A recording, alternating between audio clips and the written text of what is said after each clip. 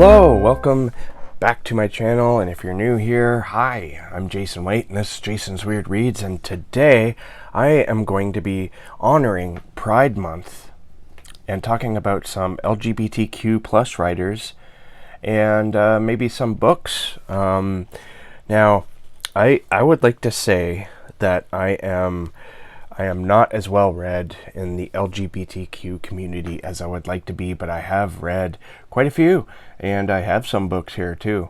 So how about we just get right into this list here. If you're looking for some LGBTQ writers to read all year long, never mind just in the month of June, then I hope this video will help you out. There's some very common writers in here that you've heard of, and I hope there's some writers in here, and I'm going to admit some of these are my friends that I met via podcasts that I've created and whatnot and talked to. So I talked to some authors. One of them was a co-host, and so let's just get into this list, shall we?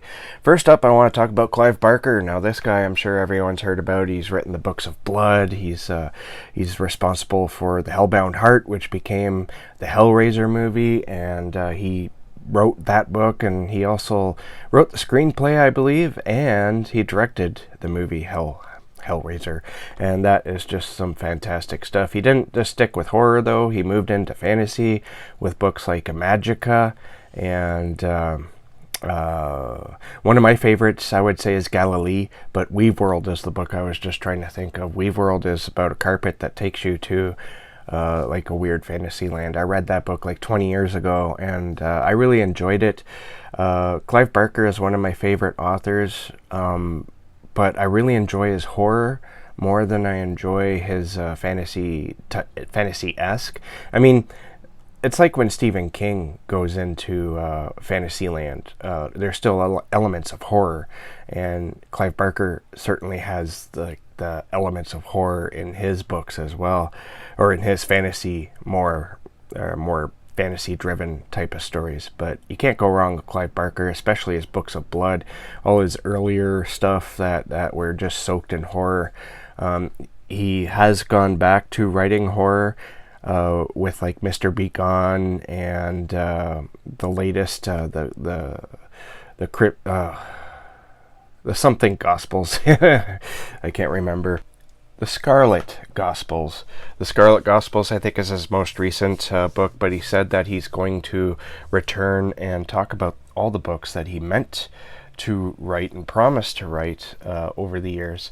I don't know how well that's going to go, because he's fairly old now, and if you've seen recent pictures, he doesn't look very healthy, and I know he's not healthy, so I guess we'll see. Moving on the list here, I have Caitlin R. Kiernan. I remember it was like 2005, and I found a copy of Silk in the used bookstore by Caitlin R. Kiernan, and I bought it. And I read it, and I was absolutely blown away. And I continued reading Caitlin R. Kiernan's work, and it was incredible finding her. I should say. Their work really made a huge impression on me. I'm not as much a fan these days, but I would highly recommend checking out Silk or any one of her collections, especially. Now, Caitlin R. Kiernan has a few like best of collections, at least a couple. This one is the most easy to find, accessible. I think they really shine in the short story format, so definitely go pick out. If you haven't read their work, go read the very best of Caitlin R. Kiernan. The stories are very strange. I mean, it goes beyond strange. They're not necessarily horror stories, but it's not afraid to go there. What it doesn't hide from is very dark. I mean, these stories are dark, and they feel tainted in a sense. So I can't recommend Caitlin R. Kiernan enough. Next up, I have Gwendolyn Keist. I've read not everything that she's written, but I've read a lot of it, and the most recent was The Haunting of Velkwood. This is a very strange kind of haunting story about a street in a community that kind of disappears behind a veil of fog, and the characters who are perhaps responsible for this escaped, but everyone else are stuck inside. I'm going to leave it at that. I mean, most people might, anyone who's followed my channel probably knows the premise of this, because I talked to Gwendolyn Keist a little while ago, a couple of months ago. She was the first interview I had coming back to doing podcasts and whatnot. I took a few months off during the winter talking to authors, and when I came back I rebooted the Weird Reads podcast and she was the first. But yeah, everything I've read by Gwendolyn Keist I've absolutely loved, and I can't recommend her enough. Michael Rowe is next. Sadly, I've only read one book by him, but it blew me away, and that is Enter Night. It's a vampire story, and it takes place in my own province because Michael Rowe lives in my province. And I wouldn't say that Michael Rowe and I are friends by any means, but I have met him a handful of times, and he's a pretty cool cat. Anyways, this vampire novel is a lot of fun. It kind of gave me vibes of different vampire stories, but I really enjoyed the sort of Canadian-esque feel to it. I highly recommend it just for that alone, especially if you live in Ontario. You would probably appreciate this book a lot more. Next up is a person I would consider a friend, and that's Mark Allen Gunnels. I highly recommend his book 2B. It's a novella, and it's very intense. It's about a haunted apartment. The story starts with a man who wakes up. I believe he wakes up, and he's in a bathtub, and his husband, or husband to be, is he's lost his mind, and he wants to kill the guy in the bathtub and then kill himself, and he proceeds to do that. Fortunately and unfortunately, I guess, the man in the bathtub survives the attempted murder, but the suicide is successful. I don't know why I smiled and laughed at that. It's very grim and dark and nasty. But you know, as situations are, when I can't remember the main protagonist's name. I haven't read this book in a couple of years, but he survives, as I said, and when he gets out of the hospital, he goes back to that apartment to live. I mean, it's his only place to live. He finds that the place is haunted suddenly. So there's some interesting things that go on, and this book is not a happy story at all. But Mark Allen Gunnels has written some other fantastic books. It's a collection of short stories. The Daylight Will Not Save You, a collection of short stories that I have sadly not read yet, but I believe I won this in a contest. I didn't ask for it, but I did win it in a contest, and so it's my signed copy by Mark Allen Gunnels. It's to Jason. Hope you enjoy the tales herein, Mark Allen Gunnels. And another collection here is one of my favorite Halloween horror collections. It's Halloween House of Horrors by Mark Allen Gunnels. This is just a lot of fun. This book will go into some territory that when I talk about Mark Allen Gunnels, actually all of them do, pretty much. But Mark Allen Gunnels can write in one of his collections, any collection that I've read, he'll write something that's just brutally nasty, and then the next is like about humanity and hope, and it's a strange contrast, but it always works. And also I have Asylum here, which I bought because it was going out of print, so I don't know how easily it is for you to get this, but Mark Allen Gunnels has a plethora of books out there. He's very prolific. Just go to Amazon and type in his name, and you'll see a whole boatload of books come up. Next up is another friend, Michael Schutz. Now this fella I hosted I co-hosted with him on the Darkness Dwells podcast. I created this podcast about 10 years ago, way back in 2014, and about 10 or 20 interviews in, somewhere in that area, so let's just say episode 15, I interviewed Michael Schutz for his book that was coming out, a different book than what I'm going to be talking about here. I don't think that book's in print anymore, but so I had him on the show, and we talked about that, and then we talked about horror movies, because we both had a love of horror movies. So after I thought it was just another interview, done and done. It's in the can. I put it out, and I should preface this with I've been wanting, at the time I'd been wanting a co-host. I just wanted somebody to bounce ideas back and forth with and talk with about, movies and horror books with. And Michael Schutz suddenly messaged me on Messenger and started talking to me about the movie Tusk. If you know that movie, you probably either you love it or you hate it, but you can't deny just how weird and fucked up that movie is. And so we started talking about that movie, and I was like, this is the guy, he's going to be my co-host. So I asked him if he'd like to, and he thought about it for a day or two, and then he said, yeah, sure, let's do this. And we did it for about 5 years, I think, before I shut it down.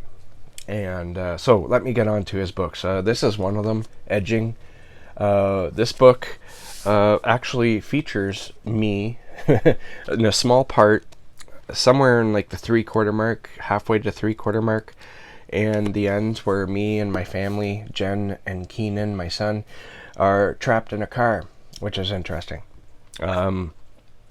But this is a story about, it's about a story about drugs, about a certain type of drug that'll give you nightmares. And this drug kind of becomes popular.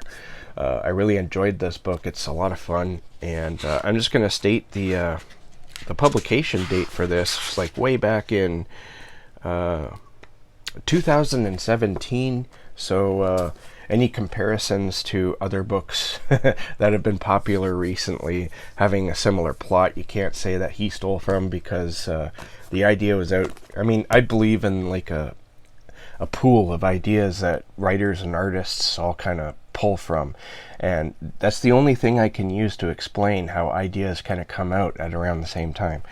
It's a weird belief, and I don't know if it actually exists. I just suspect it, so I don't know if I should say I believe. Anyways, Michael Schutz also wrote Plank Children, which is another really cool story about an old abandoned boarding school where Miles, the main character, his nephew, has gone missing. But there's reports that he went to that abandoned boarding school. So Miles, our protagonist, who has anger issues, he decides to go and investigate, and he finds out that the place is severely haunted. I mean, this is one of those books where the haunting isn't shy. It's not going to move a couple of chairs. Well, actually, it does do that, but once things gets going, it's not just moving chairs around and opening up drawers. It's literally coming at you. There is no shyness, and Plank Children is one of my favorite books. All right, moving on. I really like this author, and I've read a few of her books. I don't have all the books of hers that I've read, and I have a couple, or at least one book here of hers that I haven't read yet, but I want to read. But I want to talk about Haley Piper. And my favorite book of hers is Queen of Teeth. I've talked about this book so much in my channel here. I think that if I were to do a new top 10 favorite books, in fact, I might have already. My memory is awful. This book would have to go on it because of how much I enjoy it. I love this book. I love it because it's so far out there, and yet when you're reading it, it's completely believable. It's completely believable while you're reading it. It suspends your disbelief very easily. So this book is about a woman who has a vagina dentata. If you don't know what that is, that's where you have teeth in your nether regions. Women, of course. And it's not just about that. It's about like big pharma giving pills to certain people that sort of mutate their bodies, and this is sort of like a terrible side effect. And when this happens, something else is happening within them as well. Like, it's not just the vaginal dentata, it's something much bigger than that. And so they go on the hunt after our protagonist here, and it's quite the hunt. It's through a city, and they have like tanks and everything. This story is crazy, and that's, I mean, it's crazy, it's believable, and it's so much fun. That's why I love it so much, and I got to reread it because it's so good. Also, I have The Worm and His Kings. I really enjoyed this. I want to reread it because the trilogy is now done. This is the first of a trilogy, and I read it, but I never picked up book 2 or book 3 because I'm awful with series. But I have book 1. I just need to get book 2 and 3 and reread this one and then continue on with the trilogy, because this was a lot of fun. It takes place in the bowels of New York, the abandoned bowels, I should say. And by bowels, of course, I mean old subway and sewer systems. That's a type of trope that I absolutely adore in books, especially when it takes place in New York. So it's got like a cult in it, homeless people being victimized, and a cult. Did I mention a cult? There's a cult. And did I mention cosmic horror? Because it's got the cosmic horror. I can't wait to reread this and continue on with the series. And also, she has a collection of short stories. I read this in preparation for my discussion with her that I had a few years ago. This was a really great collection. She's really good at doing pretty much everything she does is really good, but the short stories really fly as well. I absolutely loved this, and this is one of her more recent books that I haven't read yet. I'm like horribly behind on reading Haley Piper. She puts out books way faster than I can read them, and it's A Light Most Hateful. I don't even know what this is about. I don't even know if I want to know what it's about. I just want to go in blind. But I hear it's quite horrible in a good way. So A Light Most Hateful. This will be on my TBR very soon. You can count on that. All right. Next up is Judith Sonnet. I've only read one book by Judith, and I don't think I can read everything that she would write, because she tends to write, well, if you know Judith Sonnet, then you know what I'm talking about. She writes some very dark splatterpunk and extreme horror, and not all of it's to my taste. Some of it just wouldn't gel with me, but the book I did read by her, and it did gel with me very much so, is Beast of Burden. I love this book. It's it's about a young black metal band in America, and they're all like in their late teens, early 20s, that area of their lives. They're done with high school. I think they just graduated, and one of their members, the bassist, decides that he's going to become a janitor at a local school and quit the band. He's gonna start being responsible and living like a normal human being. And they all know it's because of his parents. They've pretty much driven him to do this, and that's kind of sad, honestly, because you can do both. You can do both. Anyway, so this leads the band to the rest of the band to go into a serious into an existential crisis because maybe they should be doing the same thing. So along the same time, you have this young boy who's I think very deep in the autism spectrum, who's hearing voices coming from a nearby cave, and he decides to go and visit it, and it sort of makes him do things that are horrible. So these two groups collide one day in the forest while the black metal band is doing a photo shoot in the forest, and it goes into some very weird dark territory in that cave. Ugh, it's definitely like ugh. But the story itself is very wonderfully written. I absolutely love this book, and I can't recommend it enough. Now, in reading further with Judith Sonnet, I need to be careful. I need to protect my mental health. Alright, so next up I have Eve Harms. This is another writer I've only read one of, and it was transmuted. Now this book is again, is crazy. I absolutely love this book.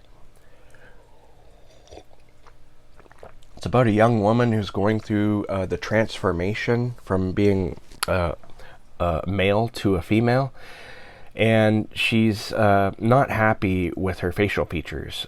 Like, going through all the steps didn't feminize her face enough. It still looks kind of manly in her opinion. So she sees this on Facebook. Nonetheless, she sees this ad, a Facebook ad for experimental drug that can do exactly what she's looking for, and so she goes and visits the doctor, the mad scientist doctor, who looks her over and then prescribes her the medication in order to do it, and she has to come back like every I think she has to go back 4 times for updates or whatnot. And during each update, I think they switch the drug or something like that anyway. But during the breaks between doctor visits, like, weird stuff is going on with her body. And so this is very much a horror, body horror book. And at the end, it goes off the rails and it goes into Crazy Town. And I can't recommend it enough. In case you haven't noticed, I really like stories that go into Crazy Town, especially ones that are done very well, and this one is done very well. So Transmuted by Eve Harms, it's very much it's recommended. And lastly here is another book I've only read one of by this author, and I need to fix that as soon as possible, and that's Things Have Changed Since We Last Spoken by Eric LaRocca. Eric LaRocca is, like, seriously breaking out into the scene, and I'm very happy to see that happening. Things Have Changed was my first and so far only, book of his, and I really enjoyed it. This is like a fishing story in a sense, being fished on the internet.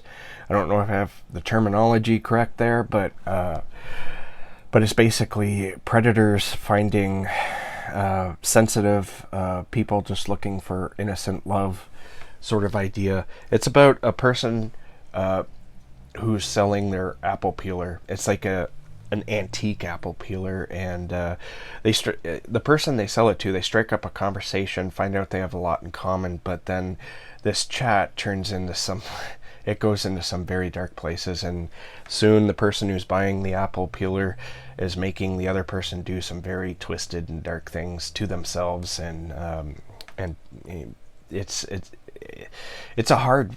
difficult read, but I loved it, and I can't wait to read more. I hear that Eric LaRocca does not fear going into crazy land as well, so I need to check that out. And now, speaking of checking out, there's a couple authors down here that I want to mention that I haven't read yet, but I want to, such as Alison Rumfitt. She's written Tell Me I'm Worthless. I've heard nothing but good things about this book. Jewel Gomez, The Gilda Stories. This is a vampire story that takes place in the South. It's sort of a Black experience, African American experience type story with vampires, and so it goes back like hundreds of years from my understanding. And also from my understanding, I think it says that if you like Anne Rice, then you'll like these stories, or this story. And lastly here, Gretchen Felker Martin, who wrote Manhunt, and she just released a new book right now that I can't remember the name of and was too lazy to write down, and I've paused this video enough. I don't want to edit anymore. So you know who I'm talking about when I mention this author. I need to read them as well. So thank you for watching. If you have any authors that fall into the LGBTQ plus spectrum of horror writers, then please leave them down there in the darkness. And also, while you're there, leave me some rainbows down there in the darkness, and I'll leave some in return. Thank you for watching, everyone. Keep being safe, keep being weird, and keep being creative, and I'll catch you guys in the next bookish video.